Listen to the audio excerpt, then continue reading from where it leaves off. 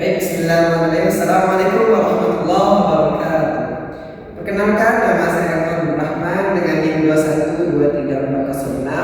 Di sini saya akan mempresentasikan hasil dari proposal studi saya untuk sebagai tugas akhir dari mata kuliah metodologi penelitian 2. Di sini judul proposal studi saya Strategi Guru Pendidikan Agama Islam dalam meningkatkan kemampuan membaca Quran siswa kelas 6 SDIT Cahaya Hati.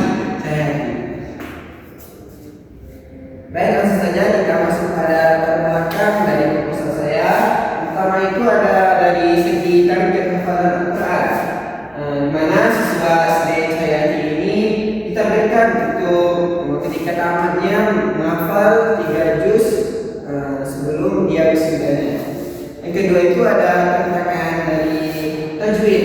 Banyaknya siswa yang masih kesulitan dalam makhrajul huruf, sifat huruf dan hukum-hukum tajwid lainnya saat setelah hafalan.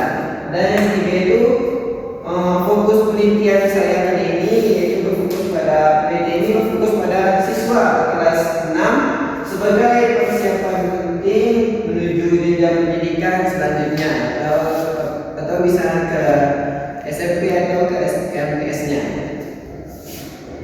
Selanjutnya fokus dan pertanyaan penelitian. Fokus penelitian saya ini berfokus pada guru pendidikan agama Islam dan siswa itu sendiri, siswa dari kelas 6 di SDIT Cahaya Hati.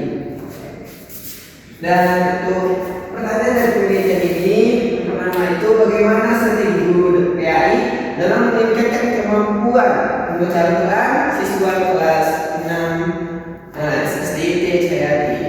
Yang kedua itu bagaimana kondisi kemampuan dari membaca Al-Quran siswa sebelum strategi diterapkan. Dan yang ketiga, faktor apa saja yang mempengaruhi rendahnya kemampuan membaca Al-Quran, khususnya tajwid dan makhrajul hurufnya. Selanjutnya, tujuan dan manfaat penelitian ini. Tujuan dari saya melakukan penelitian ini untuk mendeskripsikan strategi guru PAI dalam meningkatkan kemampuan membaca Al-Quran siswa kelas 6 SDIT Cahaya Hati. Dan manfaat dari penelitian ini memberikan masukan untuk peningkatan kemampuan membaca siswa dan informasi perbaikan yang perlu untuk pembelajaran selanjutnya. Selanjutnya kita masuk pada landasan teori. Yang pertama itu ada strategi pembelajaran. Definisinya rencana atau pola guru untuk mencapai tujuan pembelajaran secara efektif dan efisien. Yang kedua, interaktif optimal, pola interaktif guru antara guru, siswa, dan lingkungan belajar untuk selama proses pembelajaran berlangsung. Dan yang ketiga itu menggunakan proses Al-Quran mengikuti metode seperti qiraah, talaqi, talqin, koreksi bacaan, dan motivasi pada siswa semuanya. Selanjutnya, landasan teori yang kedua itu guru PAI dan pendidikan agama Islam. Guru PAI ini pendidik profesional yang mengajarkan ilmu keislaman tentang Al-Quran. Beliau berperan penting sebagai pembimbing, mengajar, teladan, dan penggerak kegiatan Islam. Kompetensi guru dalam tajwid, makhrajul huruf, dan pedagogi sangatlah penting. Pendidikan agama Islam atau PAI usaha-usaha untuk menanamkan nilai Islam, membina akhlak, dan membimbing siswa menuju kepribadian Islam. Pembelajaran Al-Quran adalah bagian penting dari PAI sebagai dasar untuk memahami ajaran-ajaran Islam. Selanjutnya, landasan teori ketiga, kemampuan membaca Al-Quran.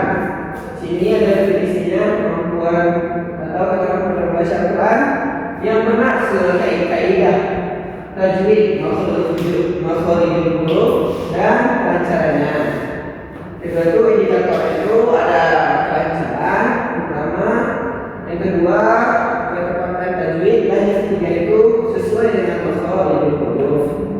Dan yang ketiga pentingnya latihan. Ketika belajar berlangsung harus dilatih secara terstruktur dan berkelanjutan, terutama pada siswa-siswa dasar di STT Cari Bukti. Selanjutnya penelitian yang relevan ada dari Ahmad Muhammad Ihsan, judulnya upaya guru KI dalam meningkatkan kemampuan membaca Al-Quran. Ada dari Fatimah dan Nabi Kartini, Kartika Sari, strategi belajar dalam meningkatkan kemampuan bahasa, menegaskan pengenalan strategi dan keterampilan siswa. Selanjutnya kita masuk pada metodologi penelitian. Metode penelitian yang saya terapkan di sini menggunakan metode pendekatan kualitatif, studi kasus dan deskriptif. Data berupa uraian data dari observasi, wawancara dan dokumentasi. Tempat dan waktunya tempatnya di STIT Cahaya Bukti Tinggi. Penelitian berdasarkan sejak proposal diajukan. Teknik pemaparan datanya, observasi, wawancara dan dokumentasi terstruktur. Yang keempat, keabsahan data menggunakan tribulasi surga untuk membandingkan hasil wawancara. Dan yang terakhir, analisis datanya deskriptif, mengkategorikan data, mencari pola dan cara untuk memahami makna dari data yang terkumpul. Sekian presentasi dari proposal mini saya. Jika ada saran dan saya mohon maaf.